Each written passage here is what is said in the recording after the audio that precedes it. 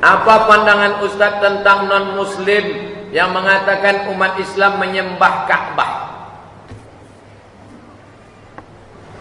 Dia menyembah patung Yesus karena dipegangnya patung itu, dibuatnya liontin, dimintanya, oh Yesus, dimintanya ke patung Siddhartha Gautama, oh Sang Buddha, dimintanya ke patung Hanuman Dewa Monyet.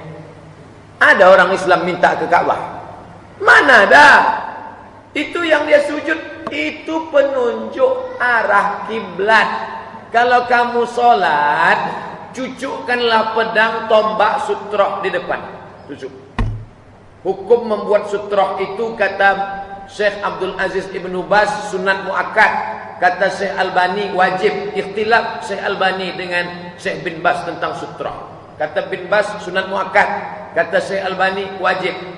Sekarang saya cucukkan tombak. Bukan cucuk Pak Ustaz, tusuk. Allahu Akbar.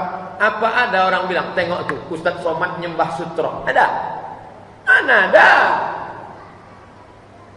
Ini dunia nih, pusatnya itu Makkah, itulah pusat dunia.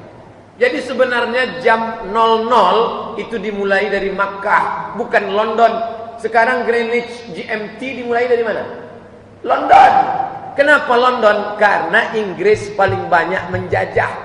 Bahasa internasional bahasa apa? Inggris. Salah siapa? Salah kita. Coba kalau orang Jawa dulu yang menjajah dunia ini, pasti kita bahasa Jawa. Pripun kapari api wis perang-perang deno ora kepetuk sampean. Sekarang awak belepotan lah belajar present, past tense, continuous tense. Go, goes, gone. Susah kita. Itu faktor penjajah. Dia yang membuat dunia ini. Setelah diukur menurut ilmu geologi, pusat dunia ini adalah Ka'bah. Tapi tak ada orang Islam menyembah Ka'bah. Kalau anda tidak paham tentang suatu agama, jangan bicara tentang agama.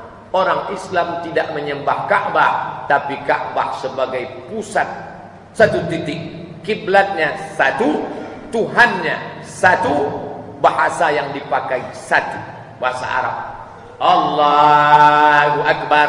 Mengarahnya fawalli wajhaka syatral Masjidil Haram. Kalau menyembah Ka'bah baru sah salat, berarti salat di Gunung Merah tak sah. Mana ada Ka'bah situ? Oh, tadi Ustaz Sodri nyembah dinding. Pahami baik-baik.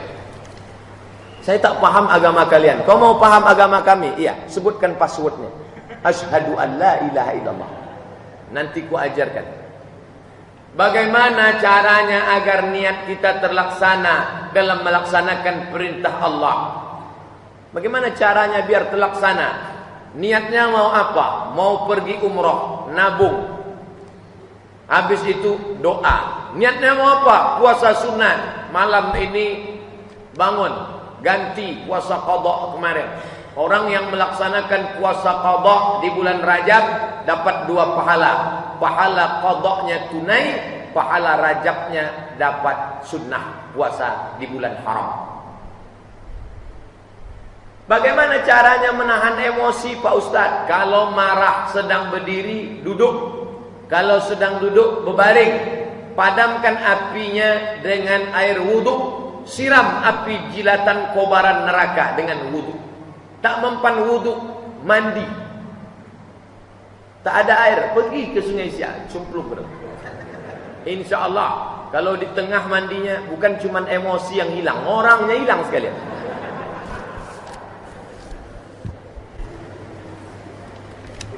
Bagaimana cara kita dapat melaksanakan solat seperti nyamannya Ali bin Abi Thalib Pak Ustadz?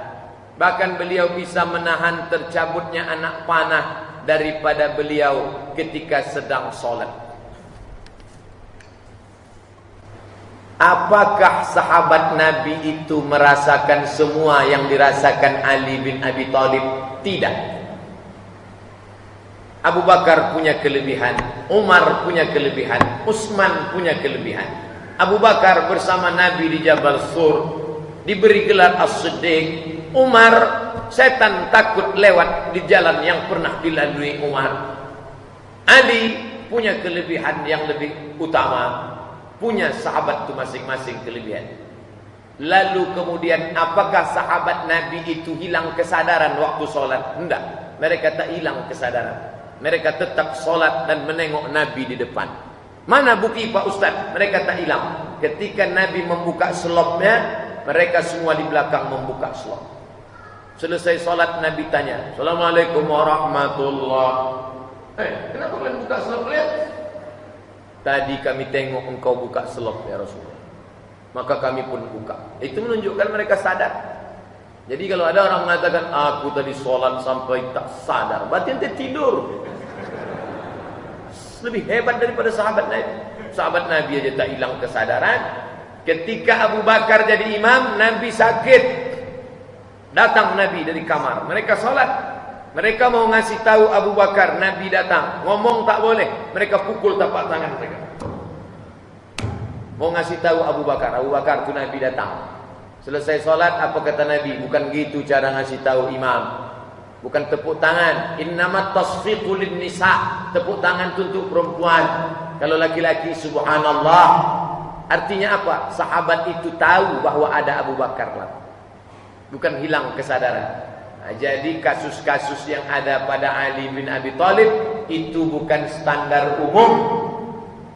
Pakai standar umum. Bahwa Allah memberikan keutamaan kepada bapak seperti Ali, karamah, kemuliaan. Tapi bukan setelah itu menjadi bahan perbincangan. Tadi saya sholat sampai tak sadar HP saya berbunyi. Kok bisa tak dengar apa-apa? Saya tengok ada miss call Ustaz Somad. Rupanya saya dah. Itulah tak dengar.